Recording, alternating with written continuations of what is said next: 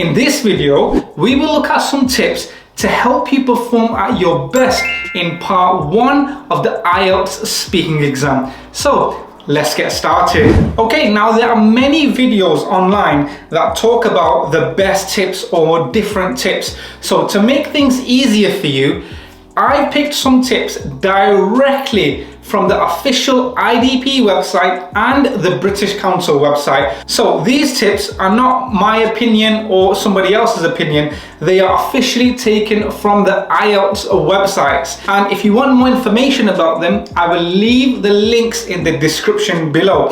Now let's get started with the first tip, which is to know what to expect when you walk in the examination room. So what does that mean? So when you walk into the examination room and you sit down, the only people that will be in this room will be you and the examiner. So naturally, this can be quite nerve-wracking. That means that you might naturally feel very nervous or very anxious, and this is completely normal. Think about it, it's just you and the examiner, and on top of that, the speaking exam will be recorded. So naturally, you might feel a little bit scared or anxious. So what can we do to help us feel as less nervous as possible? There's two great things that we can do here to help you. And the first one is to practice speaking under exam conditions.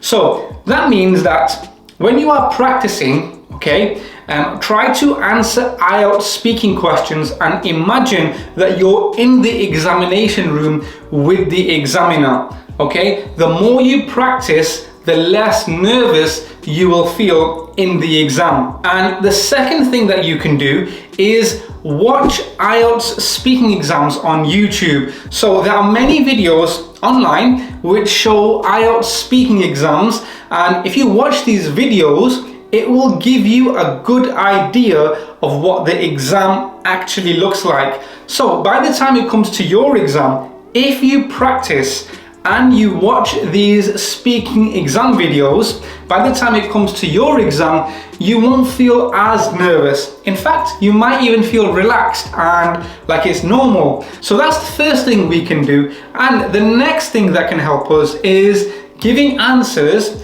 that are not too short and that are not too long. So how long should our answers be?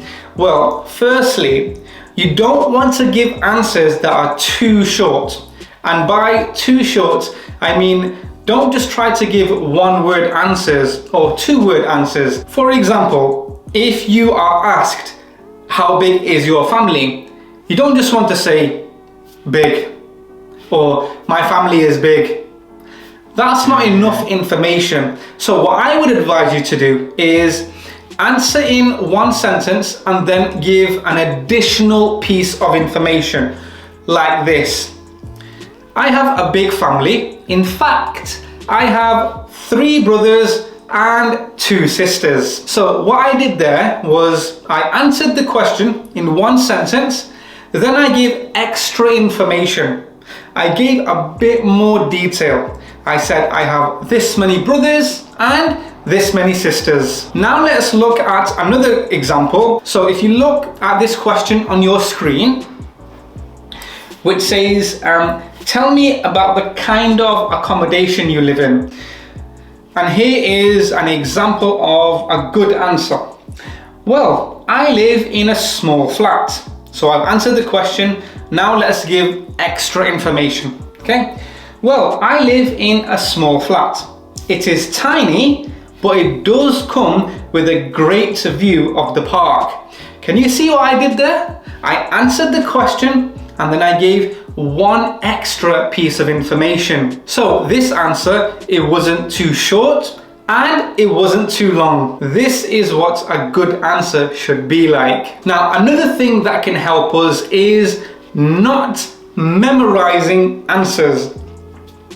Let me tell you, from my experience, I have marked many speaking exams in the past, and I've said this before, it is very clear to me, the examiner, and to all you, the examiners, it is very clear when a student memorizes their answers, okay? You will not get extra marks for memorizing answers. In fact, it might even go against you, okay? You should be focusing on having a natural conversation with the examiner. So, if we should not memorize answers, what can we do then? Well, a good idea is to practice answering questions about different topics. Don't worry too much about what you're saying, especially if you're a beginner, okay? The main purpose here, or the main focus here, is just to practice speaking as much as you can. And the more you practice, the more confident you will become. And then once you've reached a certain level of confidence, at that point we can start to focus on additional things. For example, your grammar or the speed of your speech. But if you are new, then try focusing on speaking about a variety of different topics, or try answering a variety of different questions from previous speaking exams. And as I mentioned before, another thing that you can do is watch videos of past exams, and you want to focus on students who scored very highly so you can see what a good answer should be like. So remember, don't focus on memorizing answers, it's just a complete waste of time. Okay, so the next thing that we can do is answer questions and take deep breaths. So there's actually two tips here. Firstly, answer the question and take deep breaths. So let's talk about them separately. So when it comes to the speaking exam, many test takers, what happens is that they give an answer, but the answer has nothing to do with the question. For example, if the examiner asks you about sports, and then you give an answer, but your answer is about movies, okay? So why would this even happen? Well, this often happens because the candidate sometimes can feel very nervous, as we mentioned before. So when you're nervous, you're thinking of so many different things that by the time you speak, your answer has nothing to do with the question. So what can we do? Well, this brings us to the second point, which is take deep breaths. So whenever the examiner asks you a question, try taking a deep breath. And why do we want to do this? Well, for two reasons. Firstly, it helps you relax yourself, it helps you calm down, and it reduces your nerves, so you feel more relaxed. And the second reason why you want to do this is because it just gives you more time to think about what you will say. So if, for example, the examiner asks you, what type of movies do you like? You can take a deep breath, and then answer the question. And also, according to the British Council website, they say that some candidates get so nervous that they simply forget to answer the question.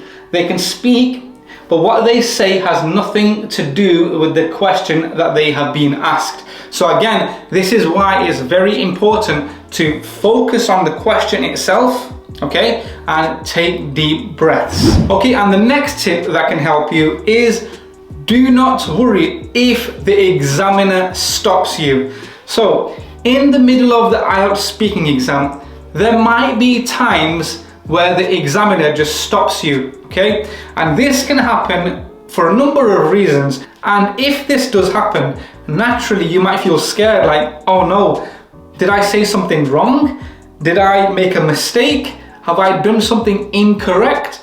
But really, the reason why the examiner will most likely stop you is because the examiner has to strictly follow a schedule. They have to do things on time, and remember, they have to carry out lots and lots of different exams. So they will try to keep every speaking exam as fixed and structured as closely as possible. So if the examiner does stop you, don't worry. That doesn't mean you're doing something wrong. okay? If you know this information, then when it comes to your exam and the examiner does stop you, you won't feel nervous now. And again, if you watch exams on YouTube, you might see this happen. So again, now that you know this, don't worry, and let's move on to the next tip, which is to know that it is okay to give negative answers. So what is a negative answer? So negative answer, we don't mean a bad answer here.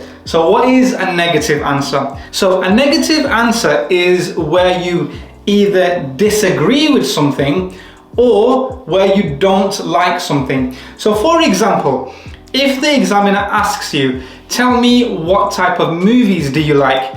Instead of just making the answer up, thinking, oh no, I don't know anything about movies, I don't watch movies, so I'll just make something up. Instead of doing that, you can just tell the examiner, to be honest with you, I don't really like watching movies, and then you can give one extra piece of information, as we learnt in the first tip.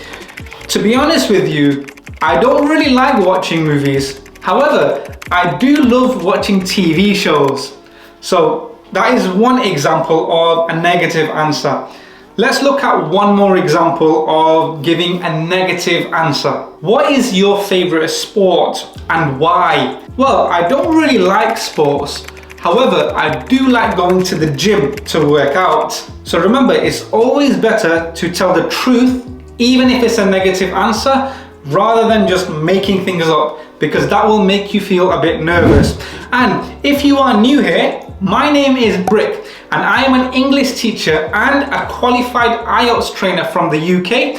And on this channel, we cover everything IELTS related. So if this is something that you're interested in, consider subscribing. If you have any questions, you can follow me on Instagram, and I will see you in the next video. Bye bye.